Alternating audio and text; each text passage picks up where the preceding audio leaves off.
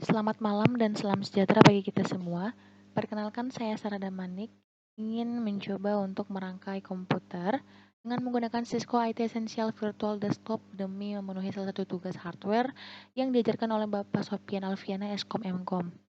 Seperti yang teman-teman lihat di sini ada CPU, Central Processing Unit, dan ini ada kerangkanya saja, dan ini adalah beberapa komponen yang akan saya susun. Yang pertama ada power supply. Power supply ini berguna sebagai tegangan listrik yang nantinya akan dialirkan ke semua komponen yang ada. Selanjutnya kita pasang bautnya. Selanjutnya ada RAM 1, RAM 2. RAM 1 dan RAM 2 ini berguna sebagai penyimpan proses penyimpanan data sementara dalam satu komputer.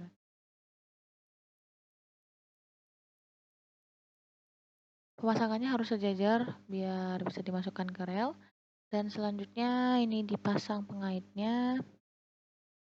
Selanjutnya ada RAM 2 dipasang kembali seperti yang tadi pertama, sejajar dengan kita, dan dikaitkan pengait samping kanan dan kirinya. Setelah itu kita pasang CPU.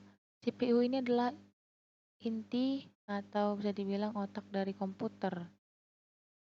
CPU sendiri terdiri dari macam-macam, baik dari Intel, AMD, dan lain-lain. Jangan lupa dikaitkan ya teman-teman.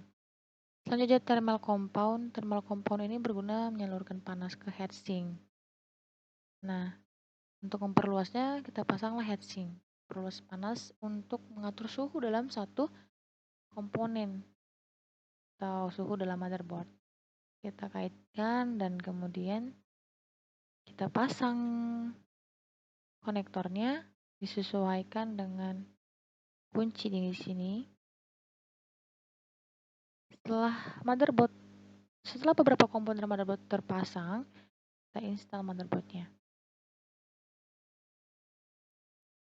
Sebelum dimasukkan dan sebelum dikaitkan baut-baut, kita harus menyusunnya dulu, sesuaikan dengan kerangka.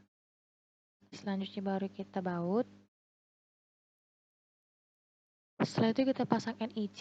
NIC ini berguna sebagai aliran data atau penyimpan data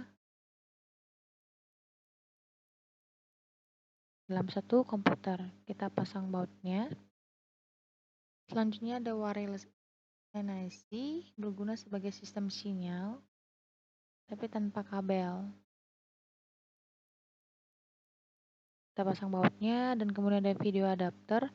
Video adapter ini berguna untuk mengolah output komputer yang akan ditampilkan ke monitor laptop. Selanjutnya ada hard disk. Hard disk ini adalah media penyimpanan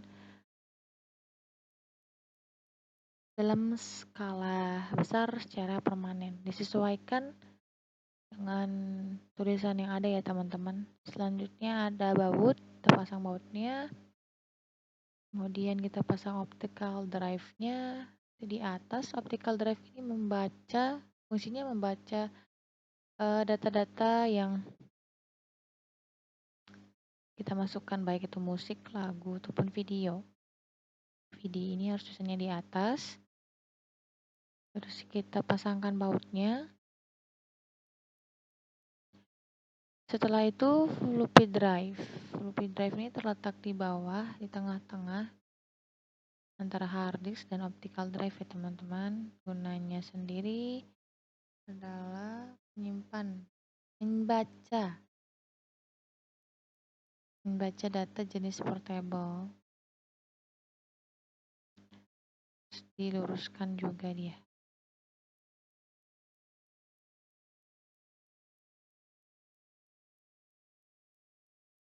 Baru kita pasang bautnya. Panik nggak? Panik enggak dong. Jadi di sini ada beberapa panel, kontrol panel. Yang pertama ini kita colok ke sini. Disesuaikan kuncinya itu harusnya berada di belakang ya teman-teman. Baru kita colok. Kemudian ini ada 4 panel. Di sini letaknya. Kembali sesuaikan dengan kunci yang ada di motherboard. Kemudian panel yang ini kita pasang di sini di optical drive. Kemudian ini kita pasang di floppy drive, sesuaikan kuncinya. Kemudian ini kita pasang di hard disk.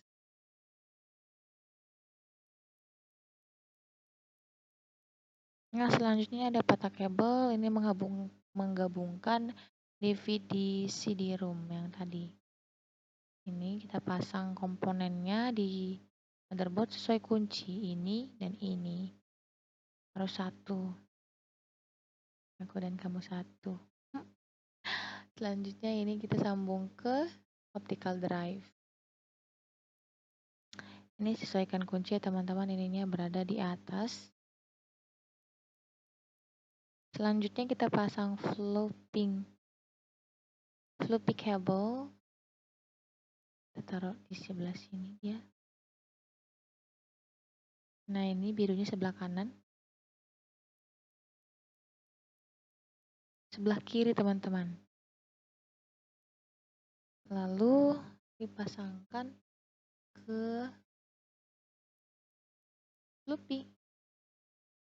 Tetap sama, birunya sebelah kiri. Disesuaikan dan diluruskan. Setelah itu kita pasang SATA cable. SATA cable ini kita taruh di motherboard. Disesuaikan. Putihnya, adaptornya kita taruh di bagian atas.